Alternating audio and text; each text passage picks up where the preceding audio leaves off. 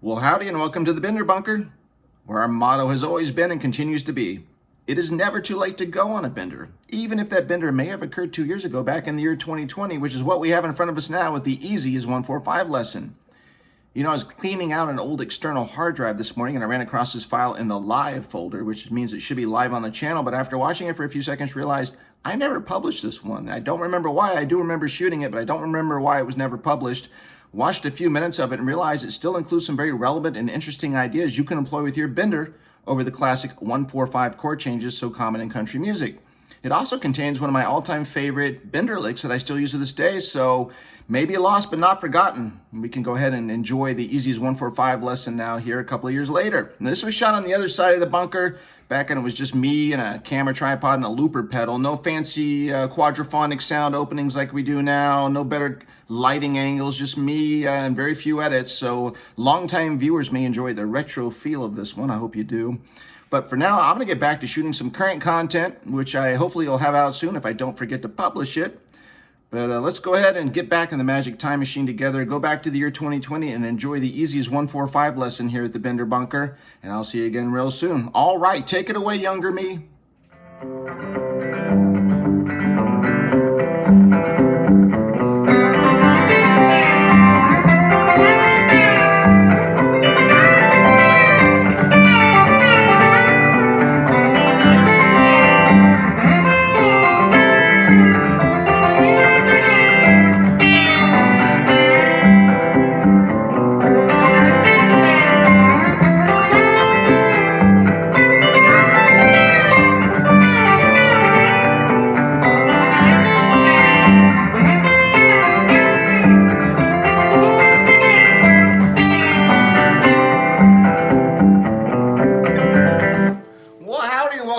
Bunker, your one-stop shop for B-Bend-related videos and lessons.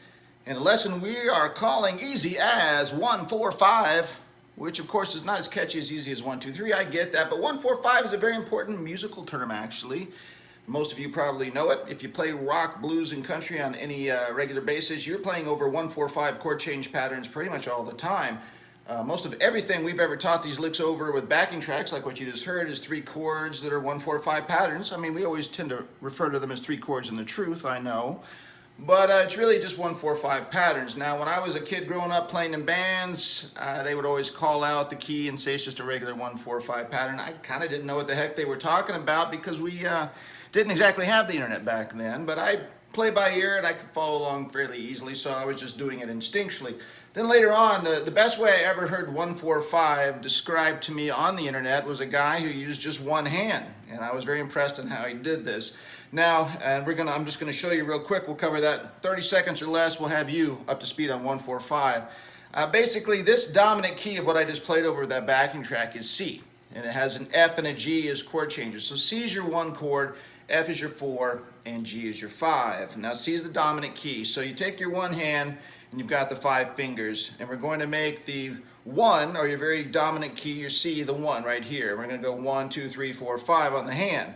So C is 1. Now we're going to go up the chromatic scale. So C, D, E, F, G. Okay, well if C is 1, 2, 3, F is 4, and G is 5. C, D, E, F, G. So when you hear 145, that's really all it is. Now what I tended to do once I learned it later on as a kid is I would say, okay, what key is it in? 145, we're in C. All right, well I'd do a C bar chord, and I would just visualize the bar chord above that. That's F, go 2 up is G. And that's how I always did 145 for the most part.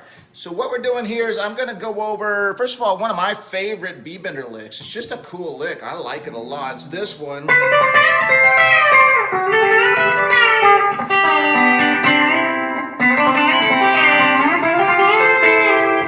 And that's just a fun B-Bender lick to have no matter what the lesson is. But what I'm really kind of doing here is I am working out of some very traditional Bender box, twang box shapes, all right? Again, as I mentioned earlier, this is in C, goes to F and G, and back to the dominant key of C. So we are very much playing in the Bender twang boxes, and longtime viewers will know what I mean by that. The most commonly used twang shapes for Bender guitar when you're in any key. So I'm down here in the dominant key of C, up to F, too much up to G, 2 more up to G. And what I'm trying to do, and in part in this lesson, is how you can work within those traditional bender shapes, and just with a few note choice different, you can actually play some of the 4 and 5 chords within the 1 chord and some of the 1 chord within the 4 chord, all never really moving your shape of the dominant bender box you're in.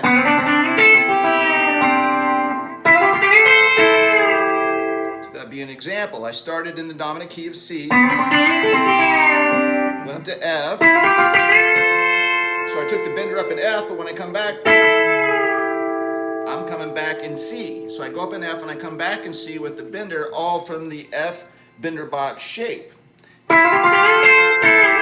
we're going up with the traditional bender box shape for F. And then I'm changing my G string, my 3rd string down just 1 fret and coming back with C. Because now those top 3 notes are, which are top 3 notes of a C bar chord.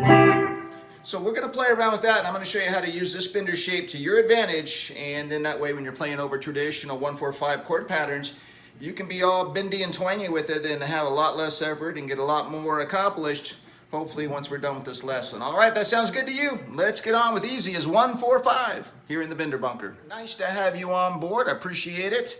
If all you ever get from this lesson is just learn this cool lick,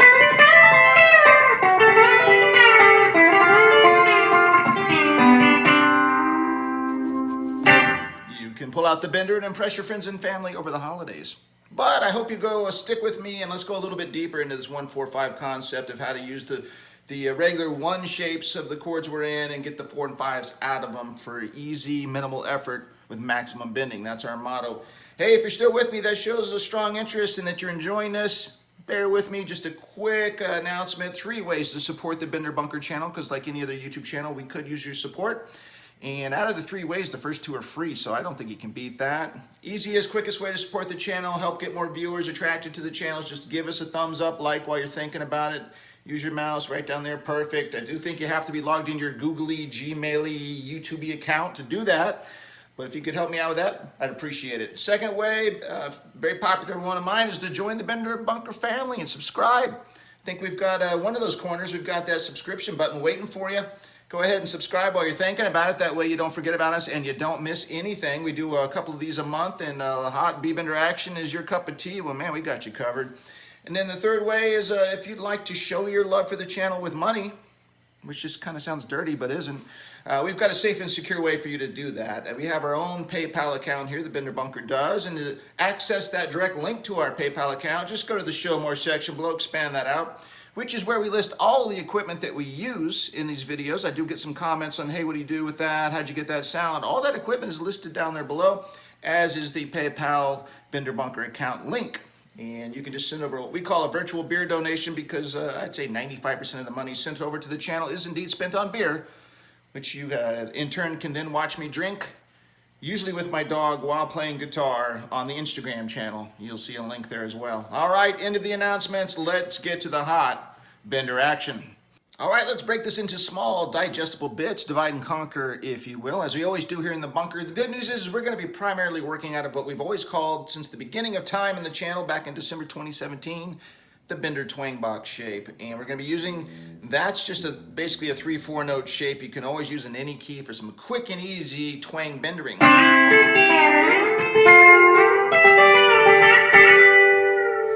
I just used it for C, F, and G, or 1, 4, and 5.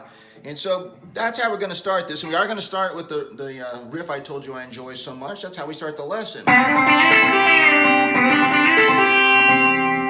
So let's knock that out, because that is the beginning. You're going to assume the position. And by that, of course, I mean the B Bender Twang box position for C, our 1 dominant key. And so index finger, top 2 on the 3rd, and that allows your ring finger to fall naturally 2 frets above on the 3rd string for the 5th. So now you've got this. At your Bender Twang box top position for C. All right, so you've got that. Now, we're not going to start with that for this riff, though. What we're going to do is let our middle finger do what it's trying to do already, which is cover the 3rd string 4th, right? And that's the note we're going to start with. We're going to pick that 3rd string 4th, and then we're going to roll with our ring finger right back to where it was on the 5th. So that's how we start this party. So pick on the 3rd string 4th with your middle, roll up on the 5th with your ring. Then we immediately do a note on the B string next to it, already covered by the index. Come right back to the third string fifth, go right back to the B string third to take the bender up. For this sequence, the bender's only going up once and coming down. That's all it's doing. So here we go. Then back to B string third to take the bender up. Make sure you extend it all the way. Don't want any flat notes. Notice that your little finger really wants to make that high E fifth note. So let's do one there. All right, that's just one note there. Little finger high E fifth. Then come right back to the third string fifth for a note, still covered. Now, we've got our index finger still covering the top two and the third. Let's put that to work. We're gonna go ahead with the high E first, then the B to let the bender down. And then we end strong with our ring finger there on the third string fifth because we never moved it. So in slow motion, that actually is the fun riff.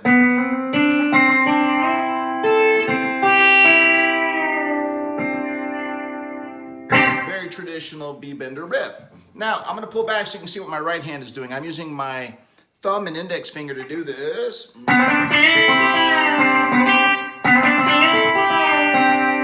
But I actually did write this with a pick, so it is pick approved.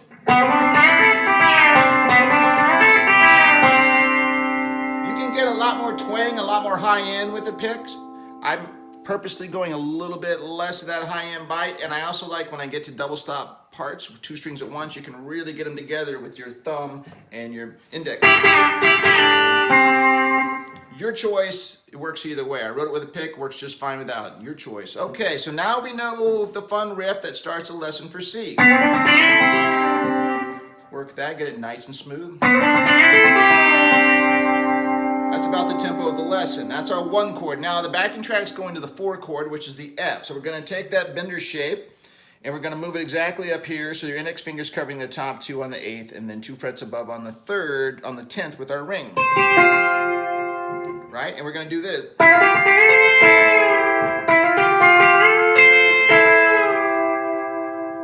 Okay, so that first part is kind of what we already know. So when we get that position up here for F, we're going to let our middle finger do what it wants to do, drop right there on the 3rd string 9th, and that's pick that note, roll right up to the 10th on the 3rd string with your ring. Grab the B already covered with your index for a note, come right back to the 3rd string. So that's exactly what we did down there.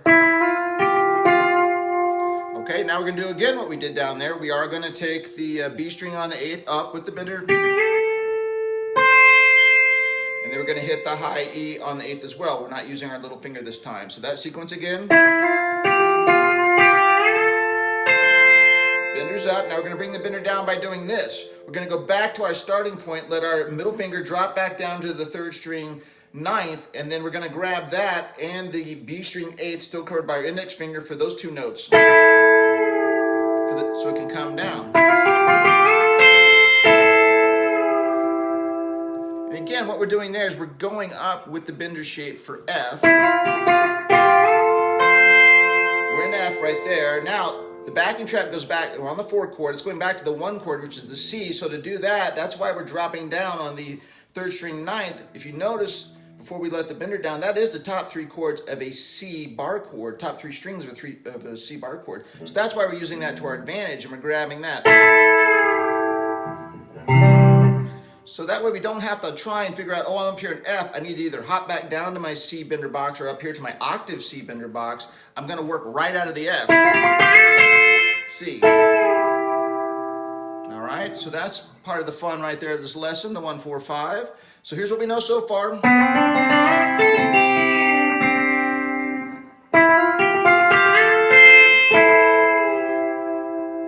Now the backing track's going back to the 1 chord, your dominant C.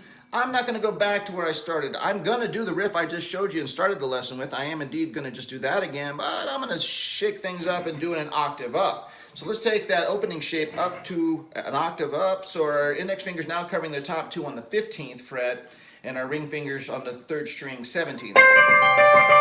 Exactly what you learned at the opening, just an octave up. Do the riff you already know, an octave up.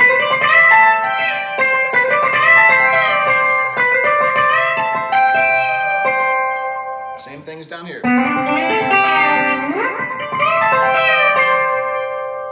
Then it goes up and it comes down, all right?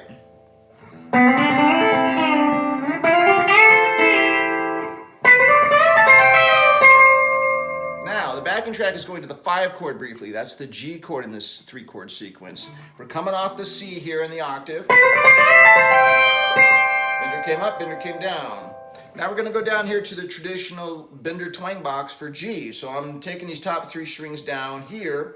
Index fingers now covering the top 2 on the 10th, and then 3rd strings on the 12th with the ring finger. That's for G, and I'm just going to play around with that for G and not do much else with it. And that's what I'm doing. So when I come off this high octave C, bender comes down. I'm assuming the G bender box position.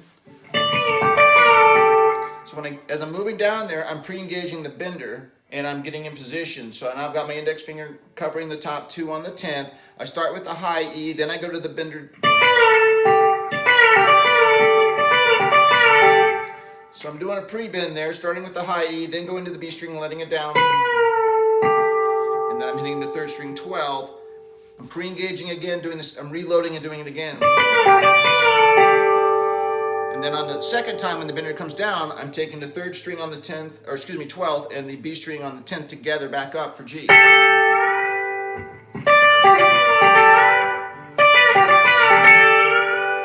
So coming off of your high octave C.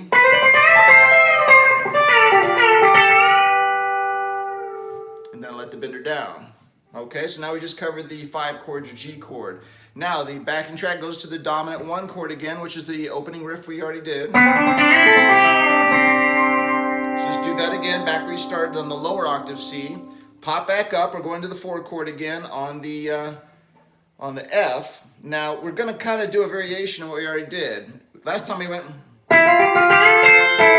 this time we're going to go. So it's the same mentality. We're going up with F, we're coming back with C on the bender up here. We're just going to add some variety to it. So we just came out of our lower octave C, we did the main riff. Bender up, bender down. Position for the bender box already in place. Now we already got our ring finger on the 3rd string ready to go. We just need to hit that note and slide it up to your target of the 3rd string 10th. Now as you're doing that, to get up to the 3rd string 10th, also pre-engage the bender, okay? So then when you get there, you can go right up to the high E 8th with your index finger, because again, you're assuming the position for F, so your index finger's covering the top 2 on the 8th.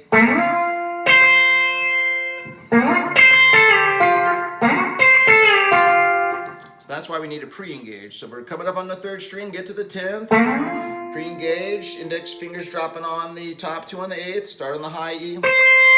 Come down pretty abruptly with the bender on the 8th.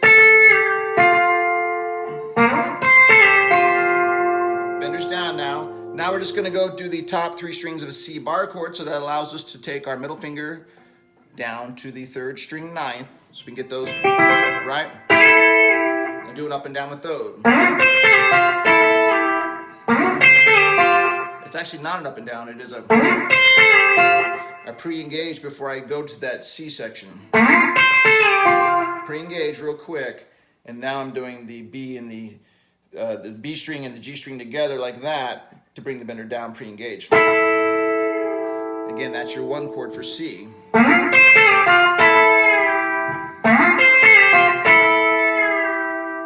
So coming out of the riff.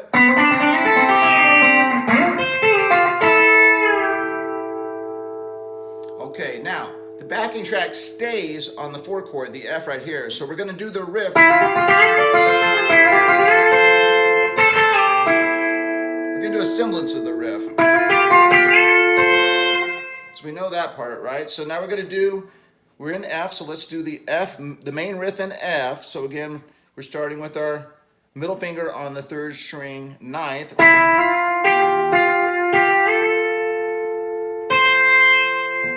So we just did that. Take the bender up, hit the high E 8th. That's F. Now we need to.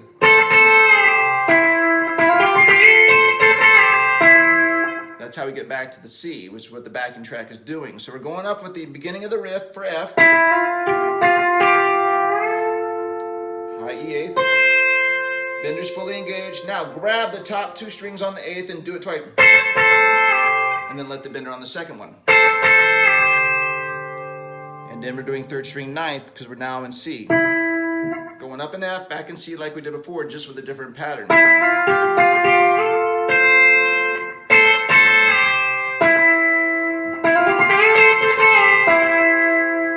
Double stop at the top.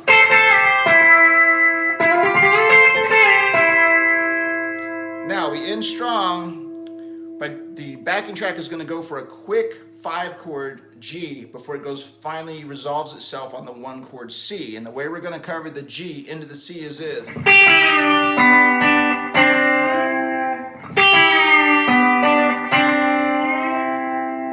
the very last thing we do. So we're coming off the F into the C section we just learned. Bender's down. We're going to pop back down to our main Bender box C position that we started with. But the backing track's actually on the 5-chord G. So what we're going to do there, if I was using a pick, what I'd do is I would deaden the top 3 strings and I would go down and I'd come back up for the top note, which will be the 3rd string on your high E. So as I go down my pick dead, the top 3 notes muted because I'm not pressing with my fingers, right? I would use my fingers for that as well. I'm also pre-engaging the bender, so when I come back down, I'll already have the bender engaged. So again, I am basically kind of working out of this C bender shape. I've got my index finger covering the top 2 and the 3rd, going down, dead, coming back live on the high E 3rd. Pre-engaged. Now I hit the B string and let it down. Now I go 3rd string with my middle finger on the 4th because I'm coming down on the 5-chord for G. And I go back to the 3rd string B.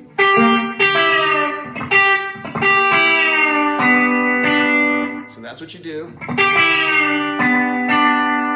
Bender's down now, and then all you have to do now is just let your ring finger fall where it usually is for C, which is the 3rd string 5th, and then take that 3-note shape back up for C, your bender box for C.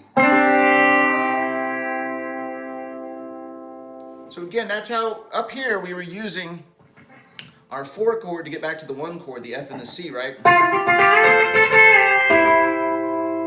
Down here, we're using the G starting point for the 5-chord to get back to the 1-chord.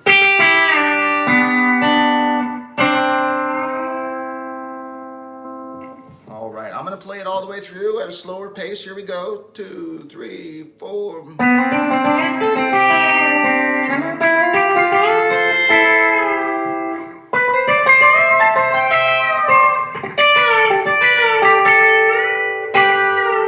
What did I do there?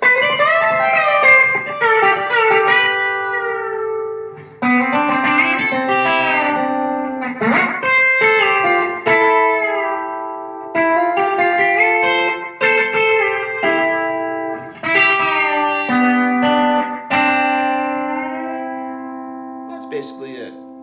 All right, I'm going to go fire up the backing track again. We'll play it and get on out of here. Stay tuned.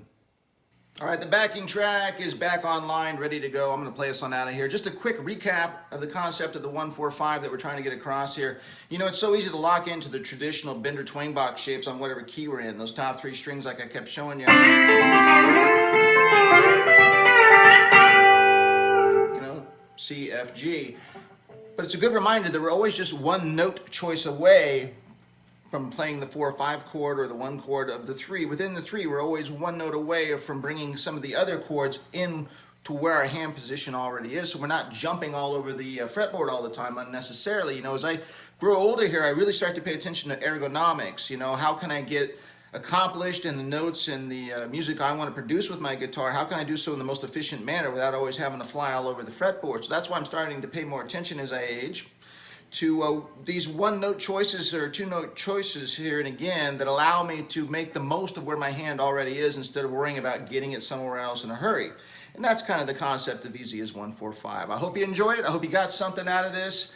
And I'll end as I always do with our motto: it is never too late to go on a bender, especially here in the Bender bunker, and I certainly hope you do. I hope you got something out of this lesson and you're getting your bender right now and practicing. If anything, get that fun riff down. Do it up here in the octave. Extra country up there. I'm going to fire up the backing track. I'll join it. I got to remember what the tempo was. It never works when I go right with it, and I will see you again real soon. Until then, keep it bent for me.